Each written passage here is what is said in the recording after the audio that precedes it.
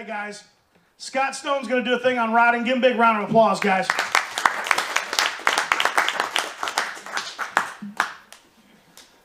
So just so you, can we drop the projector? Because I'm not using it. Yeah, I'm not using the projector at all.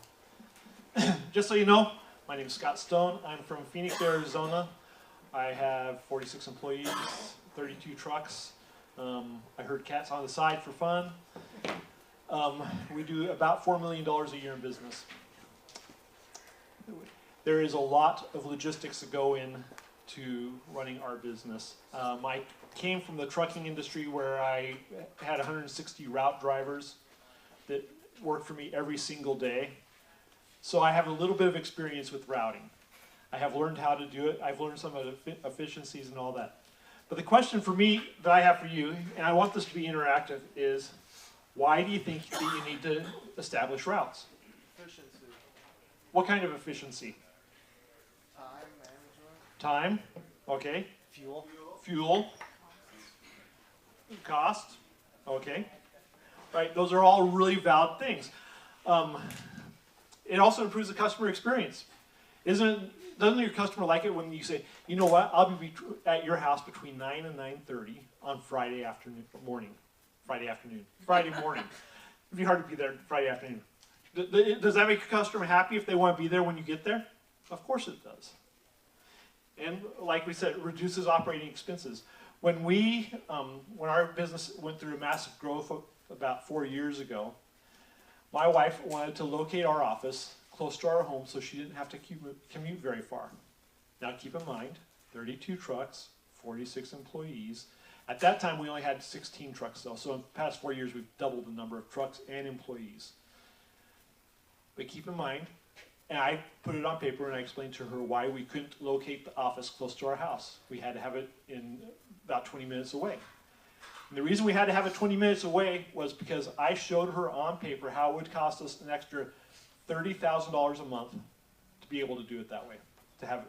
And she decided it really wasn't worth $30,000 a month to be able to drive less than 5 minutes to the office.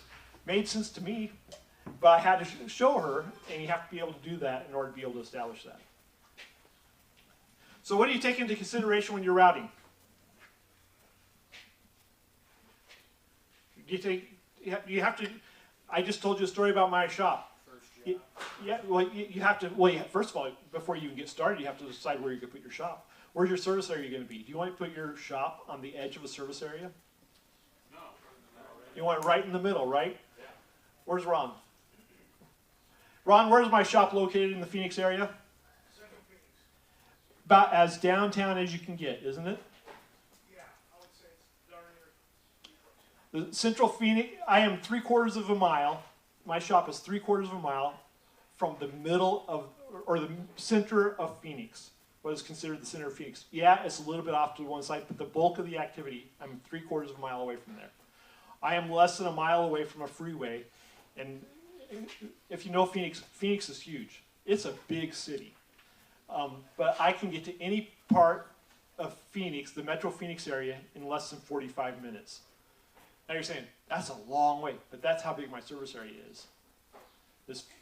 So it's figure 45 minutes, and usually we can get there within a half an hour, and that's not speeding. 8 million people, fifth largest city in the United Yeah, States. we swap back and forth with Philadelphia, I think it is, between 4th and 5th. I actually think we're bigger. I've been to Philadelphia. The area around Phoenix is probably twice as big, maybe 3 times as big as the Philadelphia area, because Phoenix is a flat city instead of a city that goes up. You know, people have single-story homes, and that's just what we do in Phoenix. People don't live in condos. But when you're considering where you're going to establish your shop, you have to consider what kind of vehicle access you have.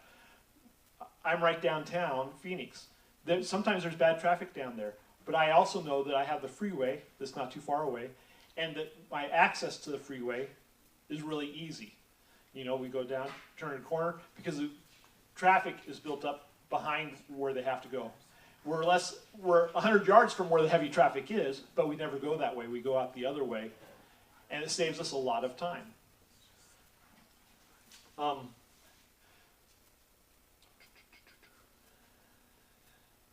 So some of the things you need to consider. You need to consider what your natural barriers in your area are. If you've been to Phoenix, we're set up in a grid pattern for the streets. All the streets are straight. So, it looks like a big tic-tac-toe thing where all the streets are straight. But we do have a few mountains, but basically all the streets are straight. I know in other cities, it's like someone dropped some spaghetti on the ground and is going all over because they follow the cow paths that existed 200 years ago, right? And so you have to figure out how you want to divide up your area, how you want to quadrant it out or whatever. Because of the size of my company, we have about 25 different quadrants or areas in the city that we use for routing. Okay? And so each one of those, we know what it is. And if we have to extend outside of that quadrant, we don't go more than the associated quadrant next to it out in order to make a full route. Because we try and keep someone in that area all the time, because that's their area of responsibility. But one of the things you need to know when you're doing your routes is how you want to divide out your area. You don't want to be hopscotching all over the city because fuel, time, and actually the time will cost you way more than the fuel ever will. If you're paying your guy, say $15 an hour, benefits, FICA and all that stuff, it's really costing you $18 an hour. My guys cost me more than that. It adds up really, really quickly, and even if it's half an hour out of their way, that's $9. If you have two guys in the trucks, that's $18. That's a lot of fuel and a lot of mileage. And then you have to stop and consider how much the actual running for your cost of your truck is. I know what mine is. I can tell you to the penny how much it costs me. I can tell you that every 6 months I'm going to have to do brake pads on every one of my trucks because I track that stuff. I know that at 60,000 miles we're going to start doing ball joints because I've established those patterns, and so it makes it easier to do maintenance. But that's whole nother story. But all those things are costs that add up. My trucks cost me, without fuel, about 60 cents a mile to run. Okay, you add in fuel, it's a lot more expensive. But 60 cents, my insurance is about $26,000 a month. But you gotta remember, how much did I say? We revenue $4 million is a lot of revenue. It's really, Lisa, it's worth it to pay that money. But it adds up, and you have to control those costs along the way.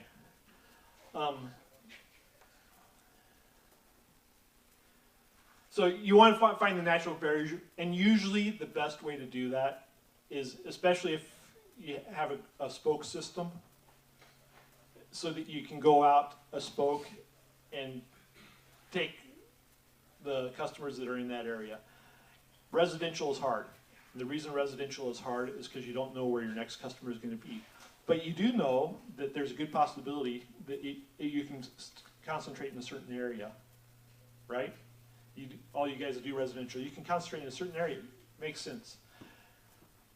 In my office, I have a big map, or I did have a big map. Now my son has it. But it's of the entire Phoenix area, and I have it separated out into quadrants. And actually, they do it really well for you with the line, the AA1 or whatever, so you can find a street. But they do it really well for you. I have it separated out into quadrants so that I can know where stuff is. And that's how I plan my routes. But you need to decide, are you going to set, how you want to set up a route. You can do it in quadrant. The advantages to the quadrant is there's a nice small area the guy is responsible for. You know where he's going to be every day. You know what he's going to be doing there. The advantage to the pie is you can hit the stops all the way out to the office and then come back and hit stops on the way back.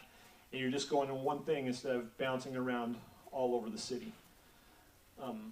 My trucks average driving about 55 miles a day because of the routing. If we didn't do it the way we have it set up now, I figured we'd probably be driving 120 miles a day. That's $36 a day per truck. That's what, $1,000 a day total. That's $365,000 extra per year. if we didn't do the routing. It can save you a ton of money. And all that money is pure profit. That's the money that goes in your pocket. And I really like to have that money in my pocket. So, I know I'm going through this really fast. And please, if you have a question, please ask it. So this is how we do it. I'm going to set up the route over here on this wall. I hope you can see it pretty good. What we do is we have, if you go into my wife's office, she has a wall that's 8 by about 10. And she covers that wall. And the wall next to it has stuff on it too, of just the routes that we do. We have set routes. We have about 60 different routes that we have to run every week. And it doesn't sound like a ton for that many employees, but it is. It works out to where it's a lot. But what we do is we'll have someone's name. We'll have our friend Hank here. And honestly, we also put their picture next to it because we want to remember who's who, to be honest with you. And it just makes it easier. We also like to put certain personality types in certain parts of the city. I'm trying to say that tactfully. Because honestly, there's some people that just can't work in some of the worst parts of the city because we know that they will get in fights because they've proven that they will get in fights. So we target personality types for the different parts of the city. That's what we do. And then what I like to do is, especially for like residential, the first thing I'm going to do on we use 3x5 cards. We don't use this big a sheet. So the wall's covered with 3x5 cards, not these sheets. But we'll put the location. So say you want to go to, I'll use my dad's address, 8036 East Virginia.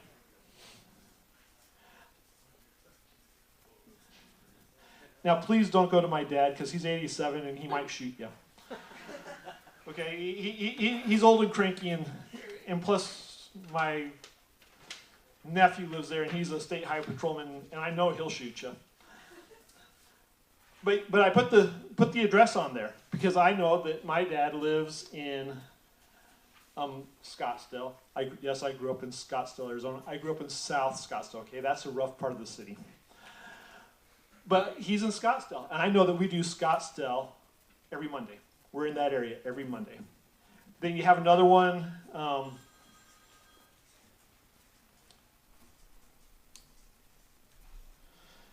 That's in Phoenix, and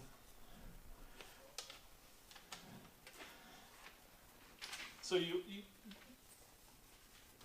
that's my office address because I'm not creative enough to come up with another one. I'm not going to put my home address up here. I'm smarter than that. Ron's. If I knew what Ron's home address was, I'd put it up there just because. But I put the address up so I know what area of the city is. If I have a question, because like in Phoenix, there are some streets that have the same name in 2 different parts of the city. I'm sure there's other cities like that, but they'll have, there's like a street called Weir in Phoenix, and there's one on the far north side, and there's one on the far south side. How stupid is that? And they run parallel to each other, right? So I'll also make sure I put in what part of the city that we're in. So Scottsdale is in the northeast. This is central. Another thing I do is when you bid a job, do you know how long it's going to take you? Usually? I mean within, what, 10, 15 minutes? Unless there's something really screwy that comes up. So I like to put I know that this job will take me 30 minutes. Unless my dad is home, and then I know it's going to take me 60 minutes, but that's another story. And this job's going to take me 25 minutes. And all we do is we just put them on the wall and just list them straight down. And every job has its own card, so you can see where it is. Now, if you know what day you're going to be in certain parts of the city, it's really easy to schedule because you can call someone and say, or customer will call and say, hi, I need to have my house washed and I'm at this address, and you know, how long will it take? Well, it'll take about 45 minutes. Okay, and what date, when will you be here? And I would never commit to an exact time that day. I would make sure that I have a full day first. But you say, okay, we'll plan on being there on Thursday. Can I have your number? In fact, that's another thing you can put on there. I don't, because of what I do, I don't have to do that. But you can put a phone number on there so you can look at the wall. Because you'd rather do that than go, I'd rather do that than go night blind looking at the computer trying to get everyone's phone number. You want to have it on the computer because, right, that's your contact list. But it's easier to look, oh, this is the one we're doing, that's a stone job, we're going to do that. Then we're going to go to Smith's, then we're going to go to Clark's, and then we're going to go to Jones. And that's an 8-hour day or 12-hour day or however long you want your day to be, right? Is there any questions? This is not, is this pretty simple? This is about as simple as can be. Yeah? When, if ever, do you change your route? He asked, when, if ever, do I change my route? With what we do, I change the routes if there's a significant increase in the number of stops that the guy has to do. My guys do 50 to 60 stops a day. Okay? But once we're over 60, we know the quality is good, just take a nosedive. And it doesn't matter if they're getting those 60 stops done in 5 hours. If it gets over 60, the quality is going to take a nosedive. Now, keep in mind, my guys are guaranteed 40 hours a week, 8 hours a day. So even though they're only working 25 hours a week, it's still going to take a nosedive. So we max out at 50 to 60 stops. So we'll reroute then. We'll change the guys that are doing the route. When we're setting up a new guy, it costs me $3,500 to train them. Between lost wages because they're worthless for the first few days, the cost of the person doing the training because, you know, typically within first week they get a trainer 3 or 4 days, depending on how good they are, and then they'll get a trainer every other day for the next couple of weeks. So all that stuff adds up. And all those things cost me $3,500. Just to change routes for a guy from going from this route to this route, especially on established routes, it costs me $500 a person every time it's changed. So if my wife, who I work with, and she does a lot of the routing and the scheduling, if she comes up and says, I want to change routes, I know that I'll say, how many guys do you want to change? She'll say, 16. That's $8,000. You really don't want to change routes more than you have to. Now, if you're doing residential, it's a whole different ball of wax because that's just a different game entirely. I don't understand residential. That's not my thing. I've always been commercial. Actually, and I really like my governments. Okay, not many people can stand governments. I like my governments because they treat me really well. And am I moving around too much? No, you're fine. Okay. Do your thing. So, but I change them as little as possible. If it was me running residential, I'd have the same guy going to the same area all the time because he's less likely to get lost on his way there. I don't care how good your GPS is, you're still going to get lost from time to time, right? How many of you have had GPS take you across an airport landing runway? I've had that happen where we wanted to get to the airport in Ontario, California, and it took us across the runway. That's what it was telling us to do. It's like, under pain of death, no, we don't want to do that. Let's see, what else? That's about as simple as I can make it. Go ahead. At what point, how many trucks, do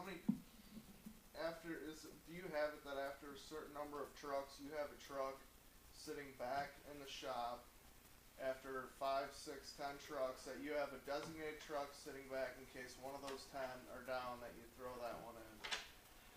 We have a 10% rule. If I had 5 trucks, I'd probably start looking at having a spare. We run 10%, so we usually have 2 power wash trucks in the shop all the time, and then at least 1 pickup. That's our rule, and I have 2 full-time mechanics. But I know that a truck that's 4 or 5 years old is going to start breaking down, and so we have to take that into account in how we set up things. You I have 22 F350s. That's why you don't have so many in the shop. Yep. I have 3 F250s. I have 7 F150s and 2 Toyota pickups. And the Toyota pickups are, well, I have one F250 that's 2004, and it has 180,000 miles on it or something. It just broke down for the second time in its life this week.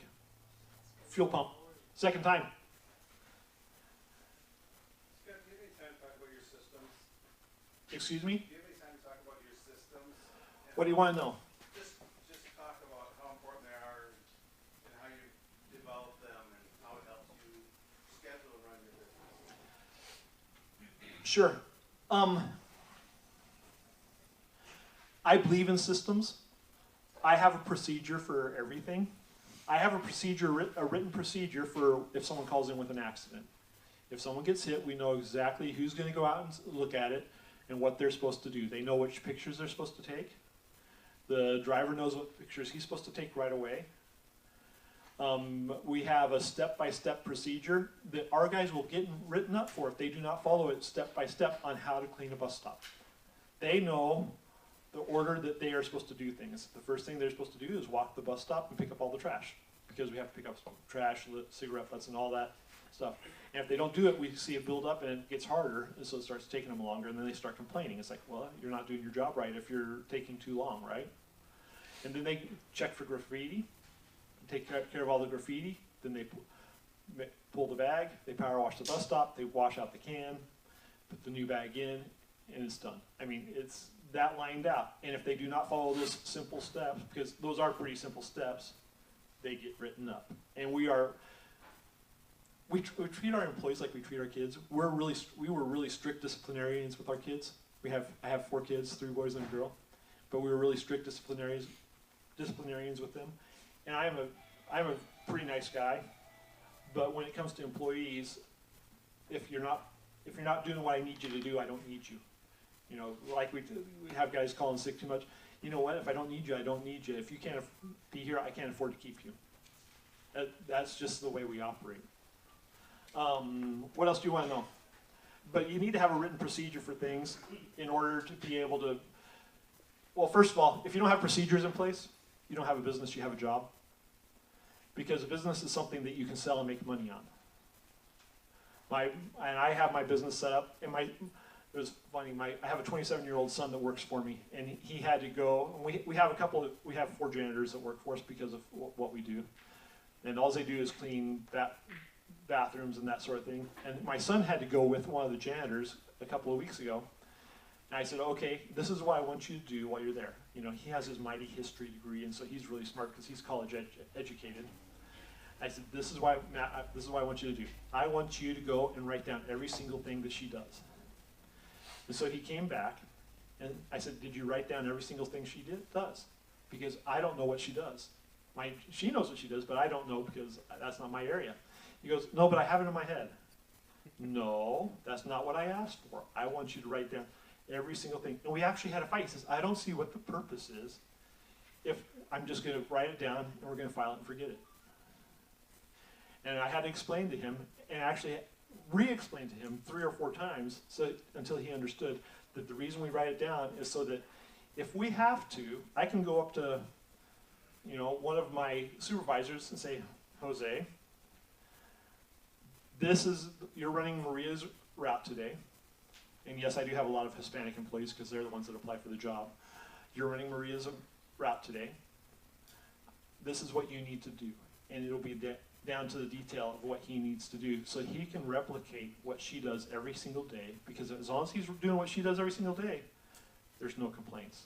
It's when you start, what Steve was talking about washing trucks earlier, where you have to do the same thing every time. As long as you're doing the same thing every time, they know what to expect. But once you step out of the norm, they don't know what to expect anymore, so they're going to complain. That make sense? Need more? Need more information? What else do you need? Yeah, but we have a notebook of systems. I don't even think my wife realizes that we have a notebook of systems, because that's my area. She handles the money and the human relations, and she knows that there's systems in place. We actually have 67 steps on how to clean a bus stop. And it starts from the moment you roll through the gate at the start of your shift to the moment you leave at the end of your shift of what you're supposed to do. And it's amazing how many people have a hard time following those 67 steps or whatever it is. So if you don't have systems that specific already in place and you've got several people working for you, is it difficult to get them on board with following those systems? Yes, once you have the system in place, if you've done your training properly, it shouldn't be hard because what you're writing down in the system is exactly what they do every day anyway. Now there's going to be someone that want to do variations, and you might have to do that, and you might have a little battle with that, but once you get them on board, once everything's standardized, it makes it easier to get them on board. You set the expectation, this is what you're going to do, and this is why I want you to do it, and it makes it easier for them to understand what they need to do. But yeah, sometimes there's a little bit of battle because, well, the boss is stupid, right?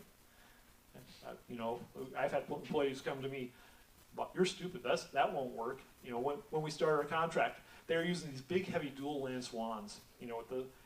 We don't use soap. There's no reason to have a dual land swan, and it's just heavy. And we had guys from the previous contractor that fought us.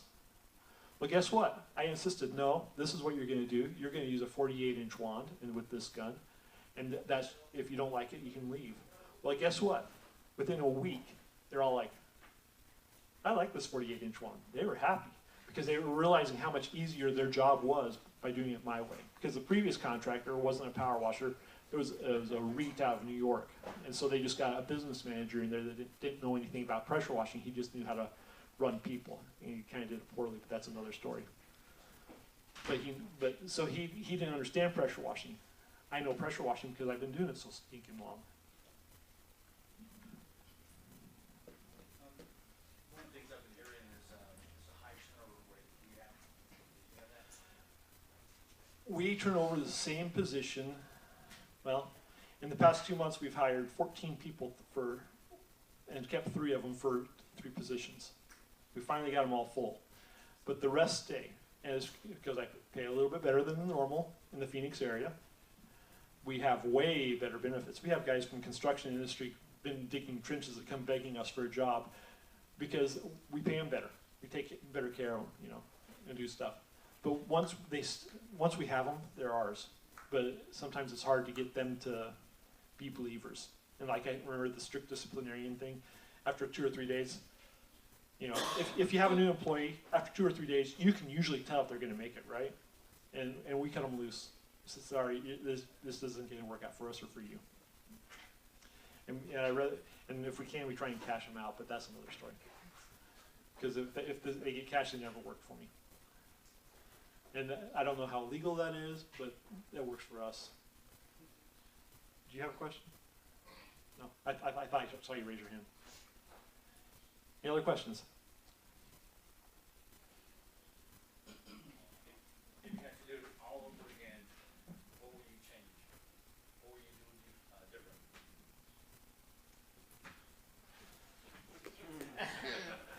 Wait, is this going on the internet? Ron's controlling the videos. Oh, you're in trouble.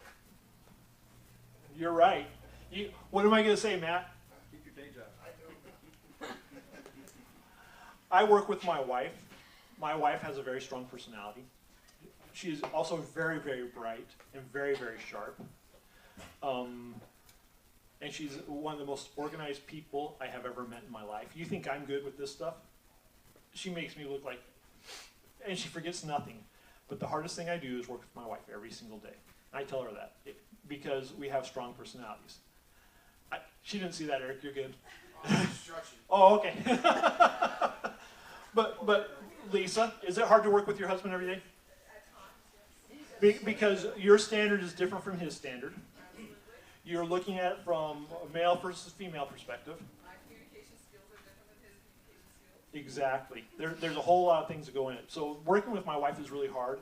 If I had my choice, I wouldn't do it. But I also know that if I had my choice and we didn't do it, my marriage probably wouldn't last. And I don't want that either because I really kind of like my wife. She's kind of fun to be